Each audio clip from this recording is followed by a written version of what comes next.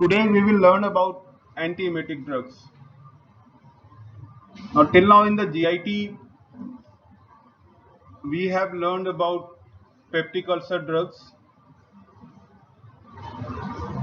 Now we will start about antiemetic drugs.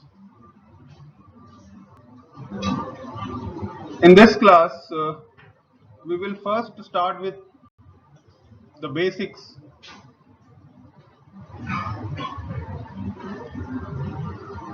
how actually emesis or vomiting happens,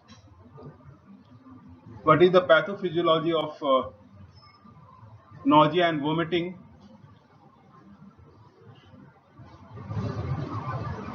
and once we have understood the pathophysiological aspects, we will see what are the receptors that have got a role to play, or what are the neurotransmitters that have got a role to play, or what are the transmitters that have got a role to play in emesis. And once we have understood all these things, we can easily identify the drug targets that can be useful for the treatment of emesis.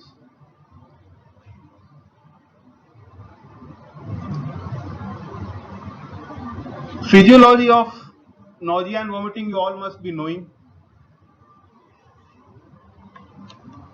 So first with the basic physiology.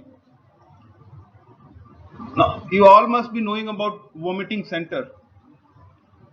So vomiting is actually caused by stimulation of vomiting center. Now this vomiting center, where it is situated? Yeah, it is situated in the medulla oblongata.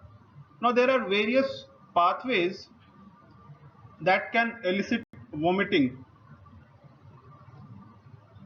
by stimulating the vomiting center. So the major afferent input to vomiting center actually comes from the chemoreceptor trigger zone CTZ and nucleus tractus solitarius. And if you see the location of CTZ, CTZ is located in the fourth ventricle in the area postrema.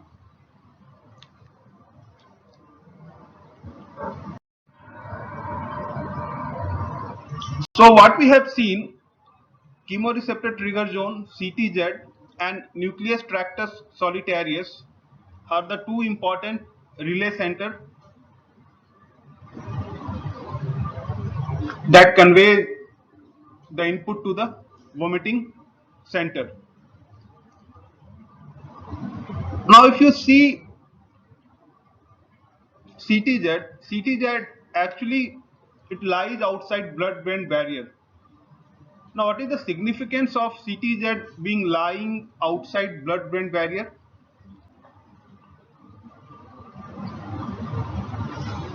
It is freely accessible to the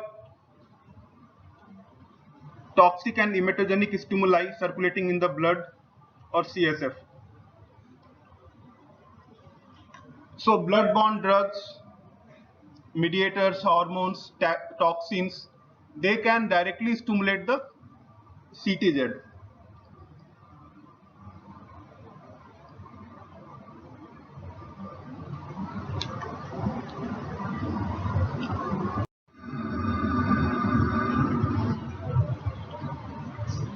Now, one more thing that you should know, that the GI irritants or the cytotoxic drugs or the radiation, they can release 5-HT from the enterochromaffin like cells in the GIT, and these 5-HT or serotonin, these acts upon the 5-HT3 receptors in the GI tract, and then through the vagal efferents, the impulses are conducted to the CTZ, and then from CTZ, the impulses are conveyed to the vomiting center. Or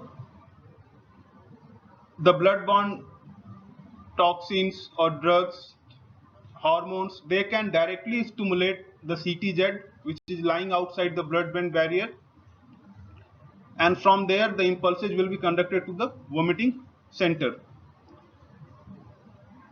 Or impulses from the periphery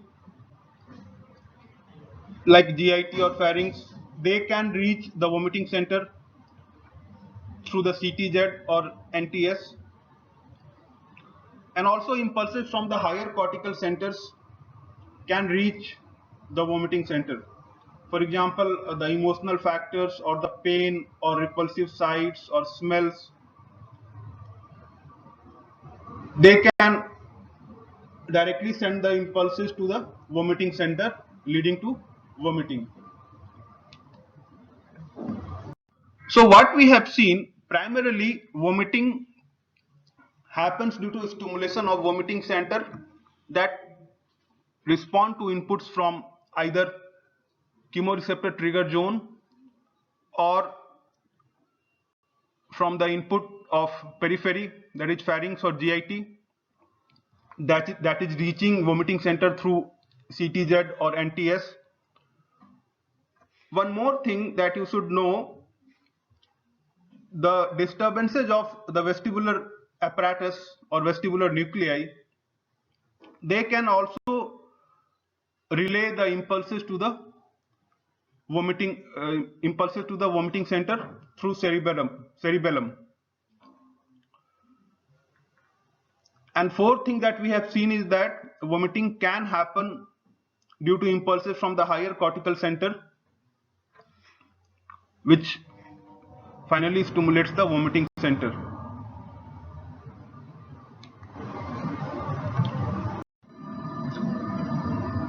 Now let us understand these factors one by one.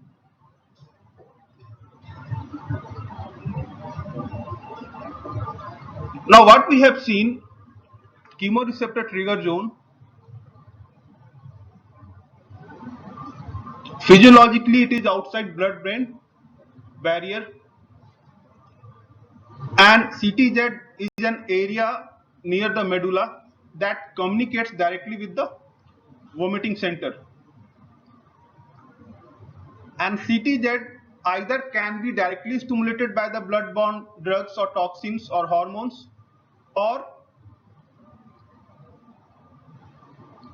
the irritant drug, gastric irritant drugs or cytotoxic drugs or radiation, they can release serotonin, which acts upon the 5-HT3 receptors in the GI tract, and through the vagal efferents, these impulses reach the CTZ, and then the impulses are conveyed to the vomiting center from the CTZ.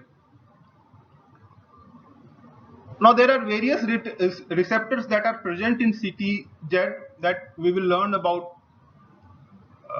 after a moment. Till now we have seen 5-HT3 receptors are there in the CTZ. Apart from 5-HT3 receptors, there are D2 receptors, histaminergic receptors, H1 receptors, muscarinic receptors, opioid receptors, NK1 receptors. All these are present in CTZ.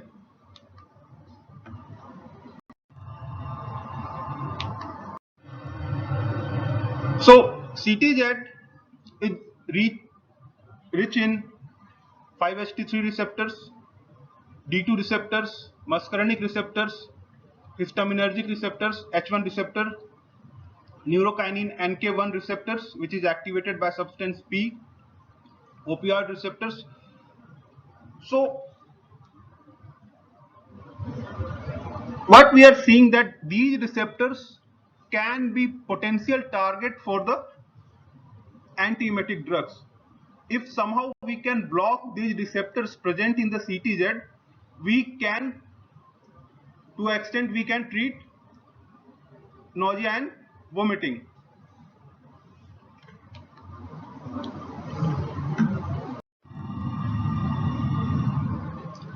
Also, we have seen that the irritation of GI mucosa either by the cytotoxic drugs or the GI irritant drugs or radiation leads to release of serotonin, and these acts upon 5-HT3 receptors, and through vagal afferent the impulses comes to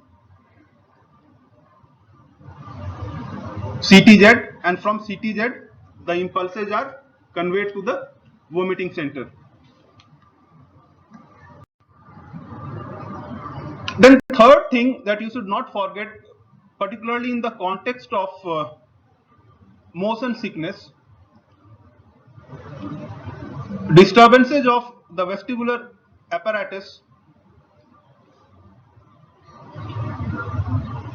leads to stimulation of vomiting center through cerebellum, and these vestibular system, these are innervated by, or these have got histaminergic receptors, H1 receptors and muscarinic receptors. So remember, because in motion sickness, what we are seeing in motion sickness, there is a role of H1 receptor and there is a role of muscarinic receptors. So for treating motion sickness, you need drugs which can block histaminergic receptors or muscarinic receptors. Okay, in motion sickness, if you block receptors such as 5-HT3 receptors, you will not get the desired benefit. But for treating motion sickness, you need drugs which can block histaminergic receptors or which can block muscarinic receptors. Why? Because vestibular nuclei are richly supplied with the histaminergic receptors and muscarinic receptors. And the fourth factor that we have seen is that vomiting center can directly be stimulated from the higher cortical center in cases of repulsive smell or repulsive sights or some emotional factors, in cases of emotional factors.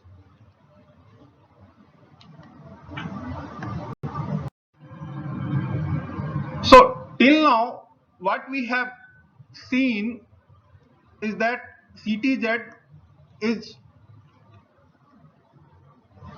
supplied or is innervated by various receptors. Prominent among those was 5-HT3 receptors, D2 receptors, H1 receptors, muscarinic receptors, opioid receptors. Then we have seen that the vestibular system which has got a very important role to play in the causation of motion sickness, it is richly supplied with the muscarinic receptors and histaminergic receptors.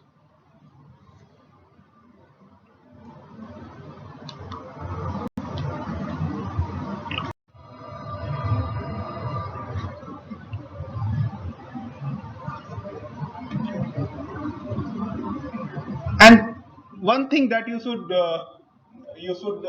know is that histamine has got a permissive role to play.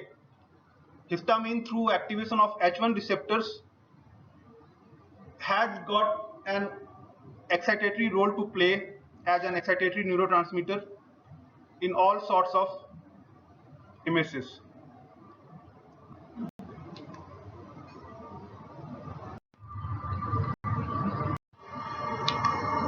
So in this picture, what you are noticing, vestibular nuclei is richly supplied with what type of receptors? Please tell. Vestibular nuclei is supplied or is innervated by what type of receptors? Vestibular nuclei. Please see the figure and tell. Vestibular nuclei, muscarinic and histaminic receptors. And vestibular nuclei have got an important role to play in what type of vomiting, motion sickness. Then if you see the chemoreceptor trigger zone, there are various types of receptors. What are those receptors? 5-HT3, yeah, D2 receptors, histamine, muscarinic, NK1 receptors. Now this chemoreceptor trigger zone that I have told you already, because it is lying outside the blood-brain barrier, it can directly get stimulated by the blood-borne drugs or blood-borne toxins, or the serotonin that is being generated through the GI irritation that will activate the 5-HT3 receptors in the GI tract, and through vagal afferent those impulses will be carried to the CTZ, and from CTZ the impulses will be carried to the vomiting center. In the vomiting center we have seen that we have got muscarinic receptors, 5-HT3 receptors and histaminic receptors. And in the GI tract we have seen that we have got 5-HT3 receptors. So by seeing this particular figure, can you tell me what type of drugs or what type of transmitters that we can target, or what type of receptors that we can target for treating nausea and vomiting? 5-HT3 receptors, very good. Histaminic receptors, very good. Muscarinic receptors, very good. Dopamine receptor, D2 receptors, yes, NK1 receptors, very good. So if you have understood this pathophysiology, you can easily classify the antiemetic drugs. You just have to remember the basic physiology, basic pathophysiology, and what are the receptors that are involved in the causation of nausea and vomiting. So we have seen that chemical transmitter and receptors that are involved in vomiting include 5-HT3 receptors, D2 receptors, muscarinic receptors, histaminergic receptors, neurokinin receptors, NK1 receptors, and opioid receptors. So the drugs or the drug classes of antiemetic drugs are following. One is muscarinic receptor antagonist. Second is H1 receptor antagonist. Third is 5-HT3 receptor antagonist. Fourth is D2 receptor antagonist. Then NK1 receptor antagonist. And then we have miscellaneous category of drug or adjuvant antiemetics, in which we can put glucocorticoids, cannabinoids.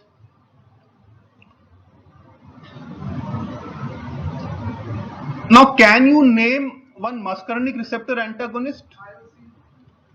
Yes, hyoscine. Hyoscine, in what type of nausea and vomiting we use hyoscine? Motion sickness.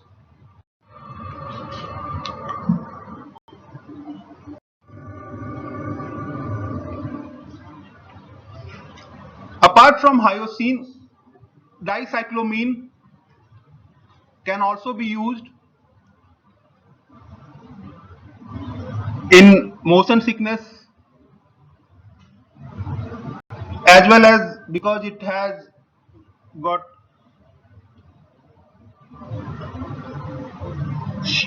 no or negligible teratogenic potential, it can be safely used in morning sickness. Then H1 antihistaminic. Among these we have promethazine, diphenhydramine, cyclizine, meclizine. Now, certain H1 antihistaminic drugs, they have also got a very good antimuscarinic effects also. For example, promethazine.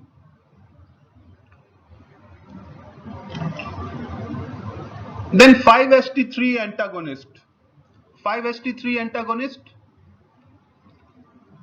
we have ondansetron, granisetron, palanosetron. The suffix that we are noticing in these class of drug all have got cetron, S-C-T-R-O-N. Then D2 blockers. Primarily these are used as antipsychotics. We have chlorpromazine, haloperidol. As far as these neuroleptics or D2 blockers are concerned, their antiemetic dose is relatively less compared to their antipsychotic dose. Their antiemetic dose is relatively less compared to their antipsychotic dose. Then we have prokinetics. Prokinetics such as metoclopramide, these have got D2 antagonistic action plus 5-HT3 antagonistic action plus 5-HT4 agonistic action.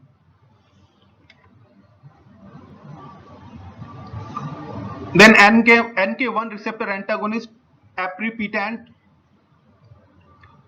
and then adjuvant antiemetics.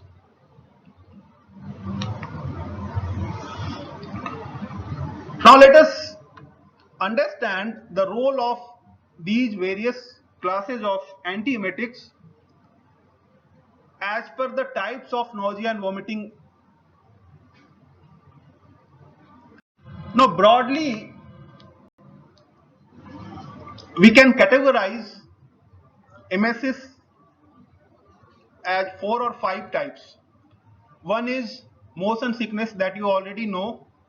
Second is morning sickness. Morning sickness is vomiting during pregnancy. Third is chemotherapy induced nausea and vomiting, CINV. Fourth is post-operative nausea and vomiting, PONV. And the fifth category that you can say is of nausea and vomiting of non-specific causes. Nausea and vomiting that we cannot categorize or we cannot fit into the above 4 categories, we can categorize them as nausea and vomiting of non-specific causes. Now let us see one by one which antiemetic drug class is useful in which type of nausea and vomiting.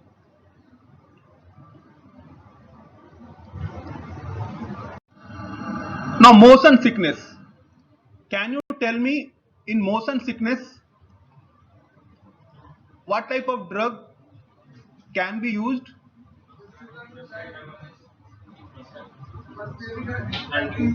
Yes, very good. Because what we have seen, the vestibular apparatus is stimulated during motion, and the impulses from the vestibular apparatus that reach the vomiting center through cerebellum. And what we are noticing that vestibular apparatus is richly supplied with 2 types of receptors. One is muscarinic receptors and other is histaminergic receptors, H1 receptors. So naturally for treating motion sickness, we need drugs which can target these 2 types of receptors. Are you getting my point?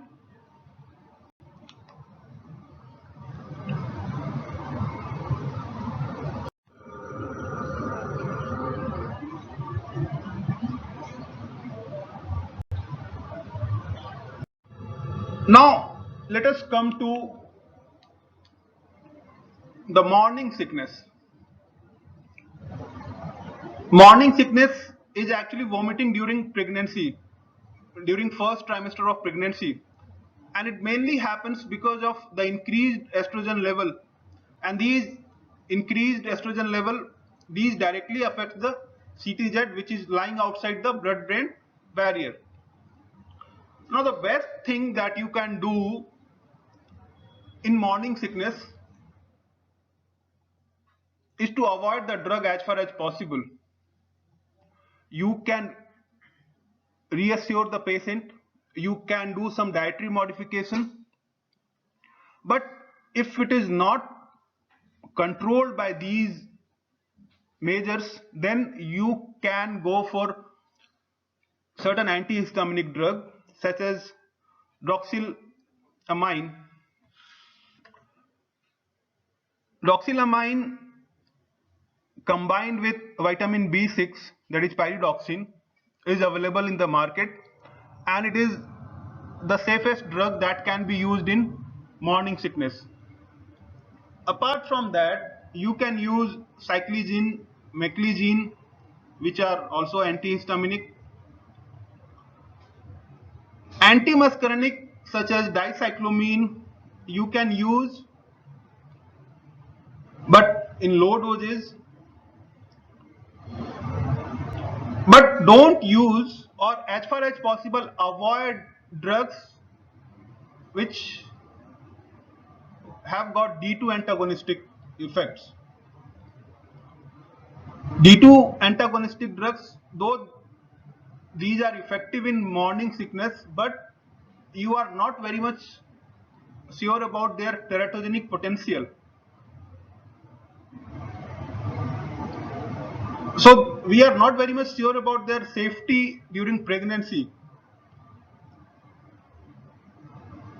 So as far as possible, avoid D2 receptor antagonist during morning sickness.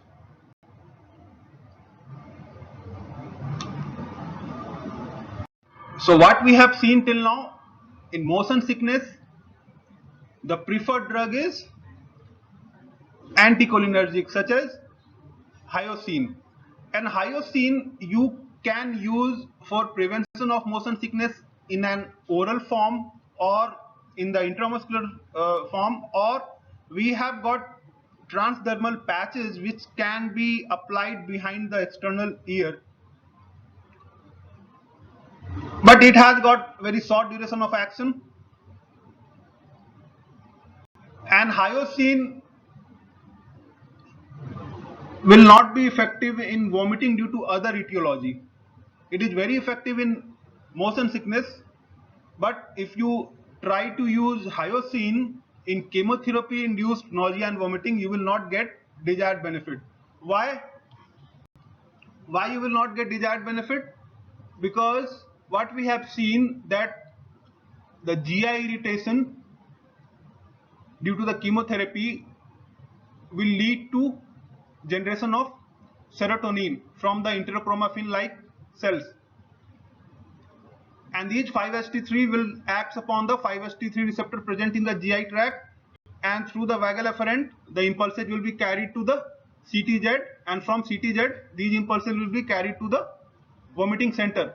So in chemotherapy induced nausea and vomiting, 5-HT3 receptor antagonists have got a very good role to play. But if you use anticholinergic drugs in chemotherapy induced nausea and vomiting, you will not get the desired benefit.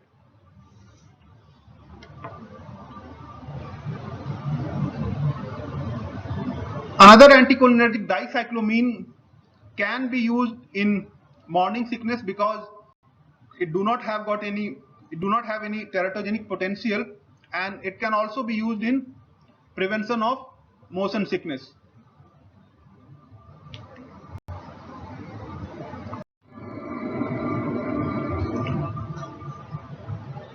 H1 antihistaminics. H1 antihistamic, we have seen that we can use H1 antihistaminic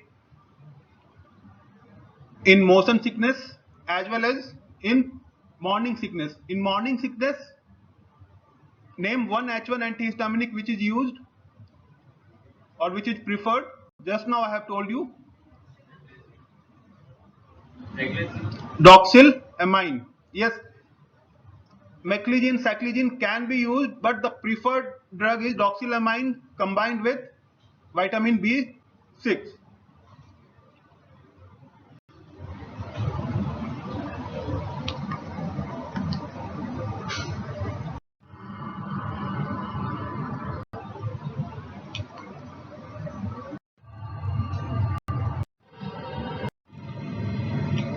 Now let us learn about chemotherapy-induced nausea and vomiting that we have discussed briefly just a few minutes ago.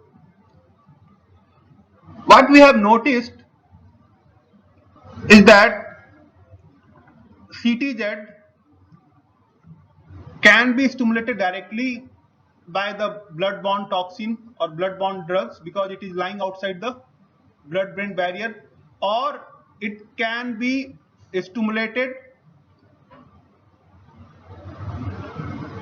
by the serotonin that is generated in the GI tract,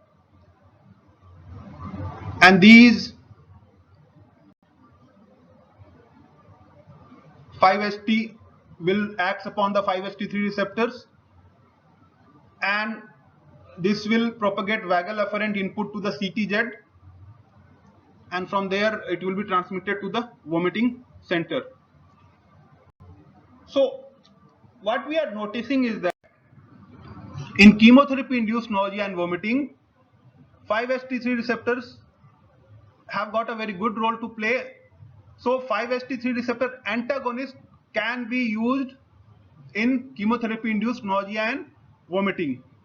And what are the examples of 5-HT3 receptor antagonist?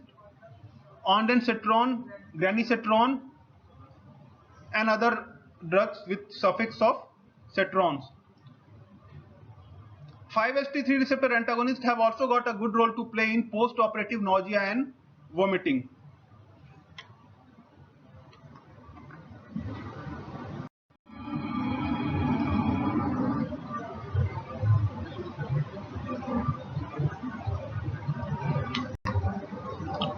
Now one question, a physician prescribed tablet ondansetron for prophylaxis of motion sickness.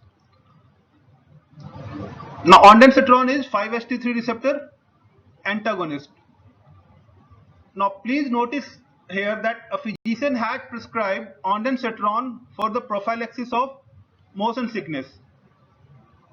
Even though ondansetron is a very potent anti-emetic drug, it didn't produce any effect in this patient.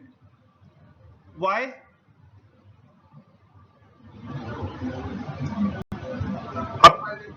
A patient came to your clinic for advice that he or she is going for a travel, but he has a tendency of nausea and vomiting during travel. So he needs some drug to be prescribed for prophylaxis of motion sickness. Now you have prescribed tablet ondansetron to that particular patient, but when the patient took that drug, he didn't get the desired benefit. Why it was so?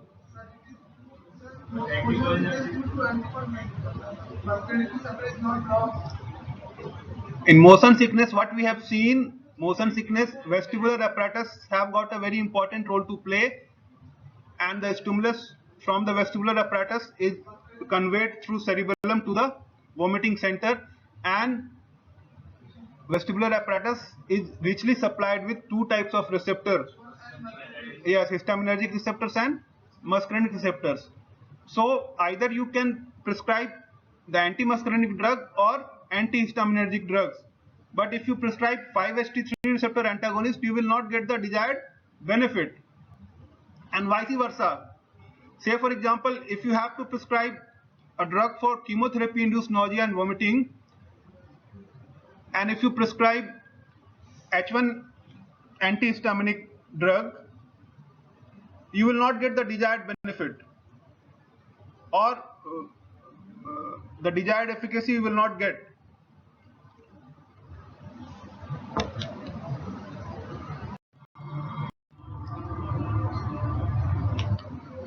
Then NK1 receptor antagonist, it has been seen that chemotherapy releases substance P, and these substance P, these acts on the neurokinin 1 receptors, leading to nausea and vomiting. So if you block neurokinin 1 receptor, you can lead to prevention of chemotherapy-induced nausea and vomiting. Usually, we combine these NK1 receptor antagonist with 5-HT3 antagonist and corticosteroids. Then adjuvant antiemetics such as corticosteroids, cannabinoids, benzodiazepines.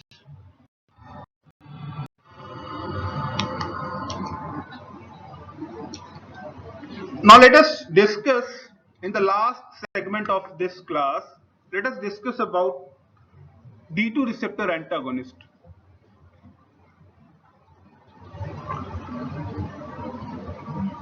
Now D2 receptor antagonist, broadly we can categorize them as two types. One is the neuroleptics or antipsychotics, and second is prokinetic drugs. Now these prokinetics drugs, apart from being D2 antagonistic action, these have got other actions also, such as 5-HT3 antagonistic action and 5-HT4 agonistic action.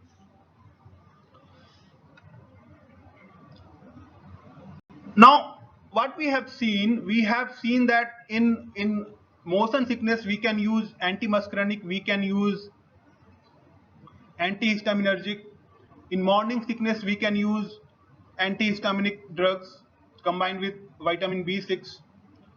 Some antimuscarinic also we can use. In chemotherapy induced nausea and vomiting, what we have seen, we can use 5-HT3 receptor antagonist. And similarly in post-operative nausea and vomiting, we can use 5-HT3 receptor antagonist. But there was one more category of nausea and vomiting. We can categorize that as nausea and vomiting of non-specific causes. Now in this particular category of nausea and vomiting of non-specific causes, these D2 receptor antagonists are the most commonly used drug. These can also be used in vomiting due to drugs, gastroenteritis, post-operative nausea and vomiting.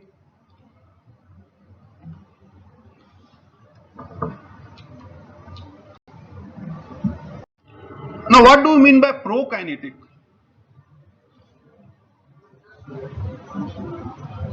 Prokinetic drugs basically promote the GI transit and they speed up the gastric emptying.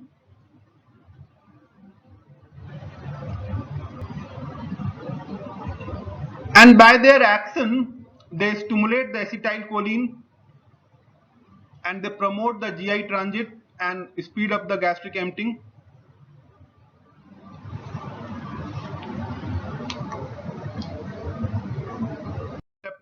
And then we will discuss about prokinetics.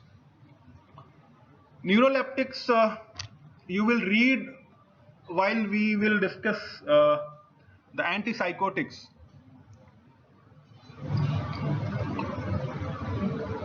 These are basically antipsychotic drugs,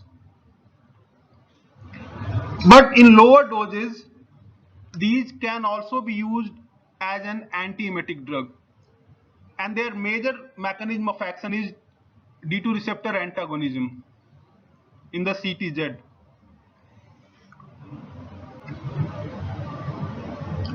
And these neuroleptics such as phenothiazines, these have got additional antihistaminic action plus antimuscarinic action. So we have seen that antihistaminic action and antimuscarinic action have got a good role to play in certain types of nausea and vomiting. Plus we have also seen that CTZ is supplied with D2 receptors or rich in D2 receptors. So D2 antagonism plus this antimuscarinic and antihistaminic action can be of help in the treatment of nausea and vomiting. So these can be used in various types of nausea and vomiting. We call it as broad spectrum anti-emetic drug. But avoid these drugs in morning sickness as far as possible, except in hyperemesis gravidarum, because we are not sure about their teratogenic potential, though they can be effective, but can lead to teratogenesis. Apart from that, these can be used in chemotherapy-induced nausea and vomiting of non-specific causes, radiation-induced vomiting, disease-induced vomiting. But again, one question, can we use these drugs in motion sickness? Yes or no? No. Again, the same logic applies here, because in motion sickness you have to look for drug which has got action on histaminergic receptor and muscarinic receptor. So apart from motion sickness and to an extent morning sickness anyway you have to avoid any drug at all, and if possible, and if the need arises, you have to go for doxylamine with vitamin B6. But apart from that, these neuroleptics can be used, but as far as possible avoid neuroleptics unless you are very much sure about the diagnosis, or unless you are very much sure about the cause of the nausea and vomiting. Because of D2 receptor antagonistic action, it can lead to acute muscle dystonia, particularly in the younger population, in children.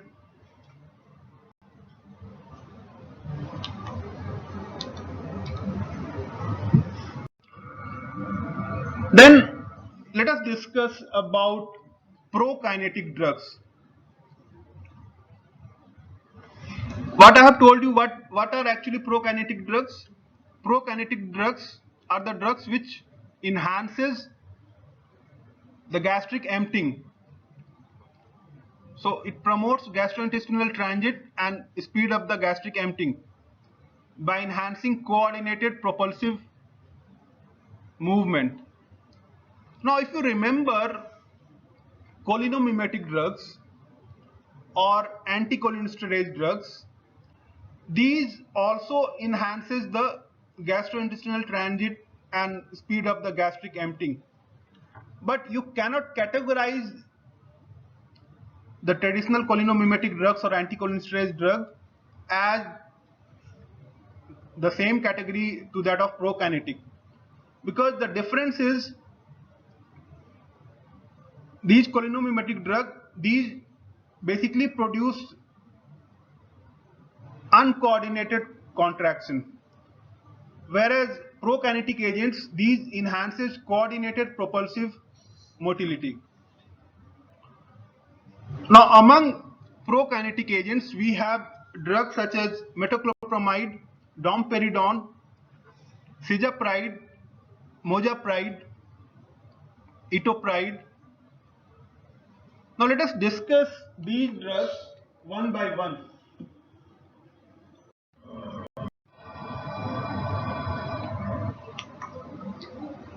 Metoclopramide have got three prominent action. Its major action is 5-HT4 agonistic action. And because of its 5-HT4 agonistic action, it enhances the acetylcholine release in the myenteric plexus. And these acetylcholine have got a stimulatory role to play, and these will speed up the gastric emptying time and will increase the lower esophageal sphincter tone.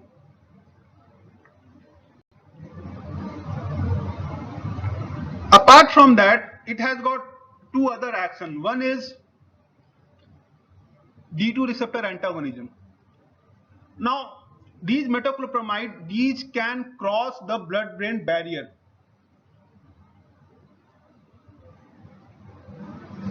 So it has got both central as well as peripheral D2 receptor antagonistic action. And this central D2 receptor antagonistic action is basically responsible for its anti-emetic action.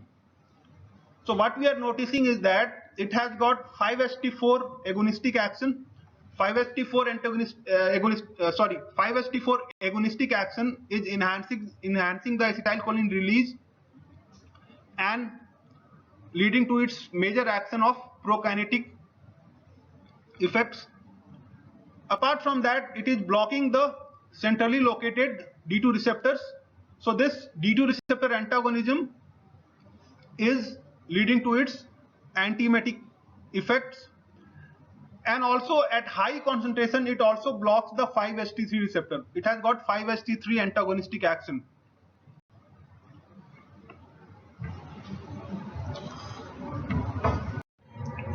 So because it has got D2 receptor antagonistic action, 5-HT3 receptor antagonistic action plus 5-HT4 agonistic action, because of 5-HT4 agonistic action, it can be used as prokinetic drug. Apart from that, because of its D2 receptor antagonistic and 5-HT3 receptor antagonistic effect, it is very useful in the treatment of post-operative nausea and vomiting or chemotherapy-induced nausea and vomiting. But again, it is less effective in motion sickness. Again, the same logic that we have again and again discussed. In gastroesophageal reflux disease, in milder forms of gastroesophageal reflux disease, it can be used, but it is less effective than proton pump inhibitor.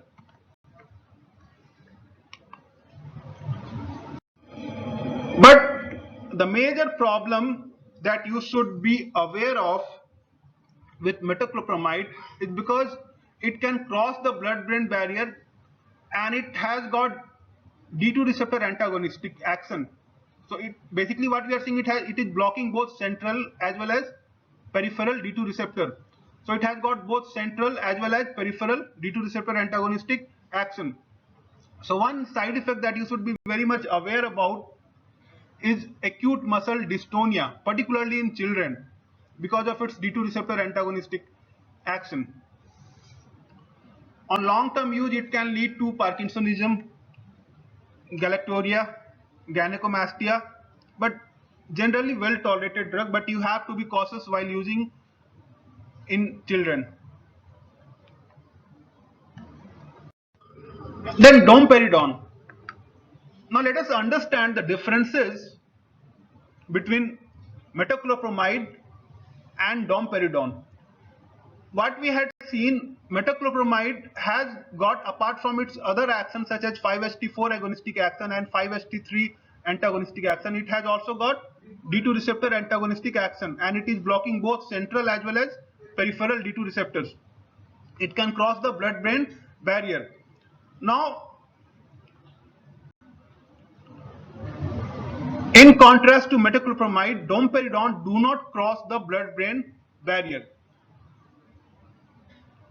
So it is basically have got only peripheral D2 receptor antagonistic action. It has got no central D2 receptor antagonistic action. So because of that, the chances of acute muscle dystonia happening with domperidone is negligible.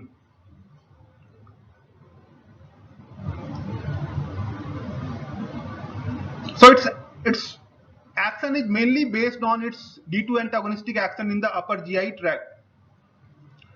And the major advantage compared to metoclopramide is that because it do not crosses the blood-brain barrier, it do not lead to extrapyramidal side effects.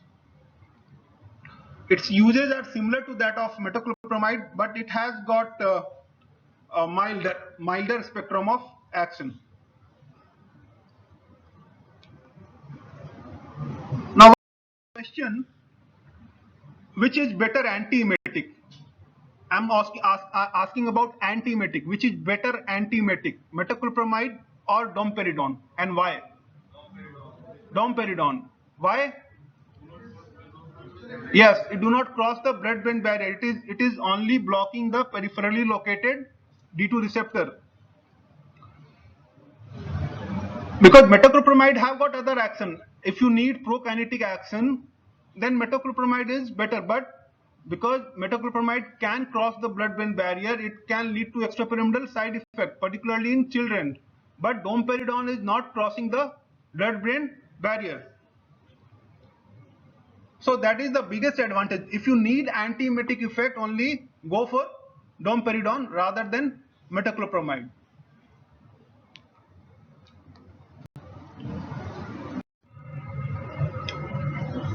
Then the last few slides are there. Other category of prokinetic agents. Now, what we have seen metoclopramide. Metoclopramide have got prokinetic action because of its 5-HT4 agonistic action, apart from its D2 receptor antagonistic action and 5-HT3 antagonistic action. Then we have seen domperidone. Domperidone mainly have got D2 receptor antagonistic action, particularly in the periphery. Then the third category we can call them as prokinetic drugs with only or mainly 5-HT4 agonistic action. Apart from 5-HT3 antagonistic action, but to a lesser extent, but major action is that of 5-HT4 agonism. Now, because of this 5-HT4 agonism, there will be increased release of acetylcholine, leading to improved lower esophageal sphincter tone and increased gastric emptying. But if you compare these drugs such as cisapride with metoclopramide, what you are noticing, cisapride do not have any D2 receptor antagonistic action in contrast to metoclopramide. It has mainly got 5-HT4 agonistic action apart from 5-HT3 antagonistic action. So mainly these are used as prokinetic agent. But cisapride has been banned by the regulatory authorities because of its side effects, particularly QT prolongation. It can lead to ventricular arrhythmia, particularly if you combine drug that is cisapride with CYP450 inhibitor such as azole antifungals, macrolides, HIV protease inhibitors or certain antidepressants. It can lead to QT interval prolongation, which can be problematic. So in spite of its good effects, because of its cardiac side effects, particularly in combination with the CYP450 inhibitor, these drugs have been banned. Now, currently in the market, we have a congener of cisapride with similar gastric kinetic activity and LES tonic action, which is known as mojapride. Mojapride has got 5-HT4 agonistic action similar to that of cisapride and 5-HT3 antagonistic action to a minor extent similar to that of cisapride. But in contrast to cisapride, mojapride do not prolong the QT interval. So the chances of cardiac arrhythmia is negligible.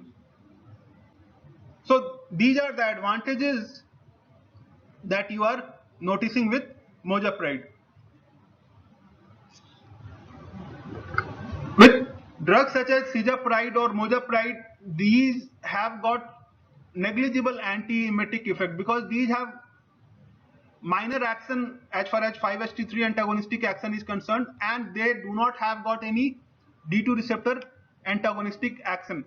They do not have got any D2 receptor antagonistic action. The advantage is that the chances of extrapyramidal side effect will be negligible.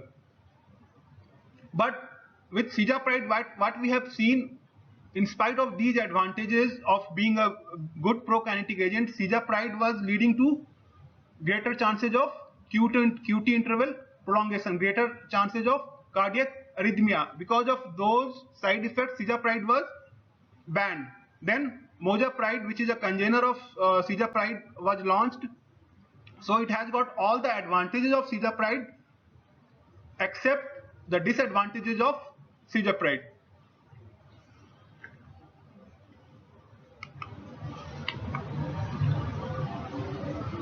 So with this, we have completed our discussion on antiemetic drugs, and also we have discussed about prokinetic agents. Thank you.